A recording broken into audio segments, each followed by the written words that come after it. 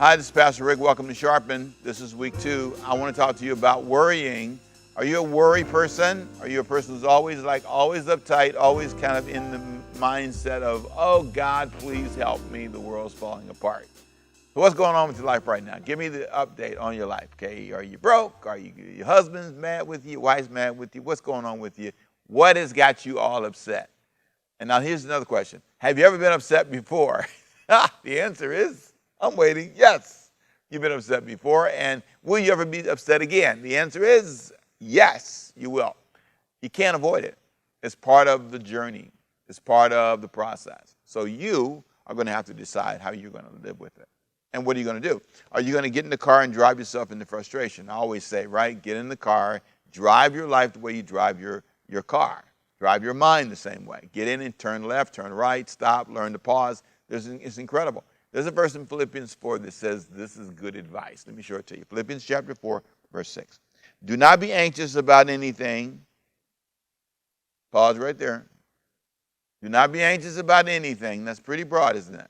You might say, wait a minute. You got children? You have to be anxious. They make you nervous. These people are always acting up. I get it, right? And let me tell you, by the way, sidebar, it's not just little children. That's easy compared to when they get older. Because now they got power, they can make decisions that can destroy their lives.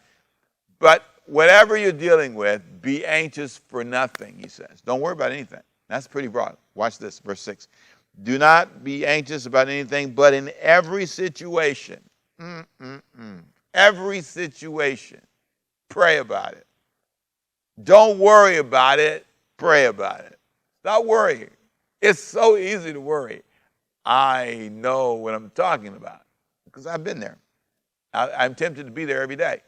What's going to happen with the pandemic? What's going to happen with this problem? What's going to happen with? What's going to happen? It's amazing. I worried when I had money that I didn't give enough of it away. I worried when I didn't have money that I shouldn't have gave it all away. I worried too much. Is the sermon going to be good today or bad today? Am I going to get the job done and not get the job done? Do I still have it? Have I lost my ability to communicate? Oh boy, all those things go on in your life. And here's what he says, be anxious for nothing. But, watch this now. He says, in every situation, what you should do is pray about it.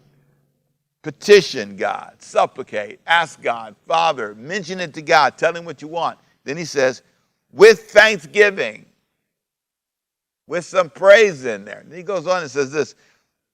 He says, present your requests to God. Come to him, thanking him, presenting it to him, and trusting him. And don't worry. All right. You heard me say it, right? You got it? It's already logged in your mind? So what's going to help you not worry? You ready? First of all, go back and think about what he brought you through before. Just think about the times you were already down and he lifted you up. Think about the times you thought you were at the end, but you weren't at the end. Think about the times the doors opened for you that were closed. Think about the time you got a job.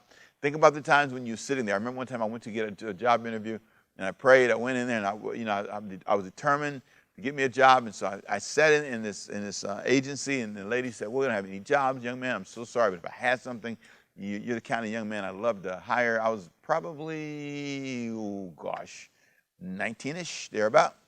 And I remember while I was sitting there, the phone rang. The phone rang. She answered and said, just a minute. And she said, would you like to work at a hospital? There's a job opening right at Cedars-Sinai Medical Center, and it pays more money than you made before. And I thought, absolutely, ma'am, today, send me, and I went and got the job. It's amazing how worrying didn't change it, being persistent did. Your worry won't change anything. Just be where you're supposed to be. I was supposed to be sitting there trying to get a job. Some of you don't have a job because you're not trying to get one. You got to be in the right seat so when the phone rings, they can point you to the opportunity. So I want to pray for you today. Father, I lift up everyone today who's been worrying.